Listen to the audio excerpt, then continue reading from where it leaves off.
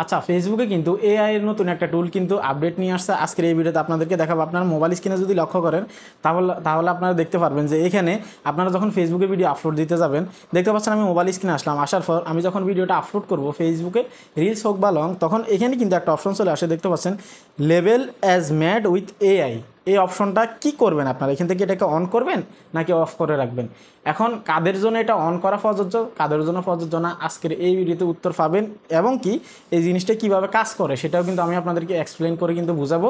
ভিডিওটা টানা হেঁচড়া না করে শেষ পর্যন্ত দেখুন। এই পর্যন্ত অনেকেই কিন্তু কনফিউশনে আছেন যে ভিডিও আপলোড করার সময় যখন এই আপডেটটা আসছে এআই নিয়ে, এটাকে কি আমরা কি অন করে রাখবো নাকি অফ করে রাখবো, আপনারা আজকের এই ভিডিওতে উত্তর পাবেন। ঠিক আছে, তো আমি সরাসরি চলে যাবো ফেসবুকে যে অফিসিয়াল অ্যাপ আছে সেটাতে। ওকে, ওটাতে যাওয়ার পর আমি দেখতে পাচ্ছেন আমি অ্যাপে আসলাম। অ্যাপে আসার পর এখানে যদি আমি রিলস আপলোড করতে চাই, দেখতে পাচ্ছেন এখানে রিলসে ক্লিক করলাম। আমি এখান থেকে যে কোনো একটা ভিডিও আমি আপলোড করতে চাইবো, এই ধরুন আমি এই ভিডিওটা আপলোড করতে চাই। তো দেখুন আমি এই ভিডিওটাতে আসলাম।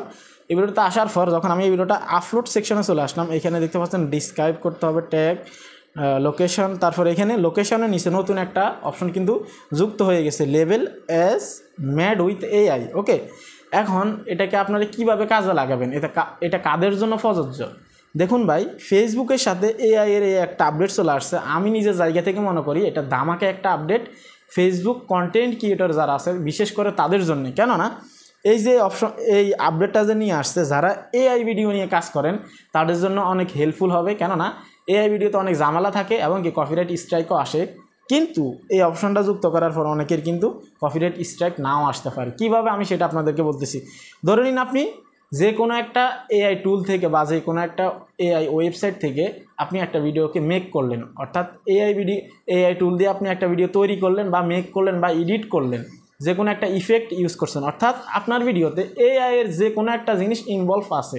ঠিক আছে, সেক্ষেত্রে আপনি যখন ফেসবুকে এই ভিডিওটাকে আপলোড করবেন, আপনার সেম ভিডিওটাকে যেটাকে আপনি এআই এর মাধ্যমে আপনি এডিটিং করবেন বা কাস্টমাইজ করবেন, আপলোড করার সময় যখন আপনি এখানে আসবেন, এখানে আসার পর এই অপশনটা যখন আপনি অন করে দিবেন, তখন ফেসবুক টিম নিজে থেকে বুঝবে যে আপনার এই ভিডিওটা এআই টুল থেকে তৈরি করা। কত বড় একটা আপডেট, বুঝতে পারতেছেন? অর্থাৎ আপনি যদি কোনো এআই টুলের মাধ্যমে আপনার ভিডিওটাকে মেক করে থাকেন, তৈরি করে থাকেন, কোনো ইফেক্ট ইউজ করে থাকেন, তখন আপনি এখান থেকে এই যে দেখতে পাচ্ছেন label as made with AI, এই অপশনটাকে যখন আপনি অন করে দিবেন, তখন ফেসবুক টিম খুব আই ক্যাচি করতে পারবে খুব দ্রুত সময়ের ভিতরে যে এই ভিডিওটাকে আপলোড করা হয়েছে নিশ্চয়ই এটা এআই দিয়ে তৈরি। সেক্ষেত্রে এই অপশনটাকে অন করে দিছে, তখন আপনার এই লেভেলের ভিডিও যারা পছন্দ করে তাদের কাছে কিন্তু আপনার ভিডিওটাকে রিকমেন্ড করা হবে। অর্থাৎ এআই লেভেলের যে ভিডিওগুলো মানুষে দেখে, সেই ভিডিওগুলো যারা দেখে তাদের কাছে আপনার এই ভিডিওটাকে রিকমেন্ড করবে, সাজেস্টে পাঠাবে এবং কি আপনার এই ভিডিওটাকে সবার কাছে ছড়িয়ে দিবে যারা এআই লেভেলের ভিডিও দেখে।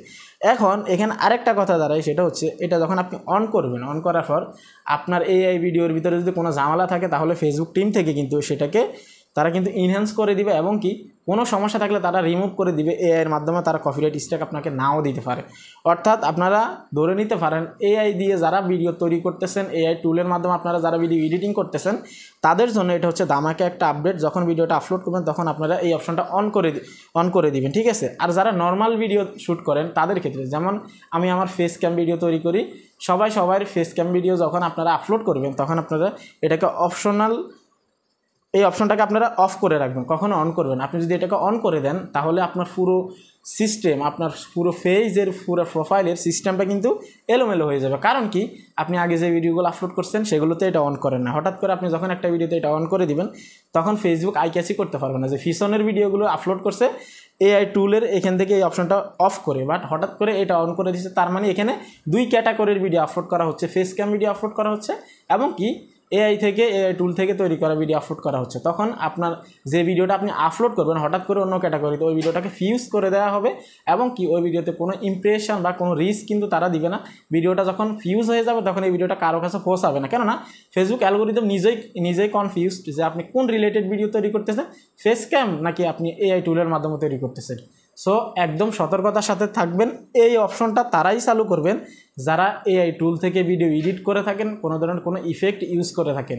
আর যারা নর্মালি আমাদের মতো ভিডিও তৈরি করে থাকেন, যেমন রান্নাবান্না এটা সেটা, মোট কথা নিজের ভিডিও যারা আপলোড করে থাকেন তারা কখনো এটাকে অন করবেন না। এই ছিল মূলত একটা আপডেট।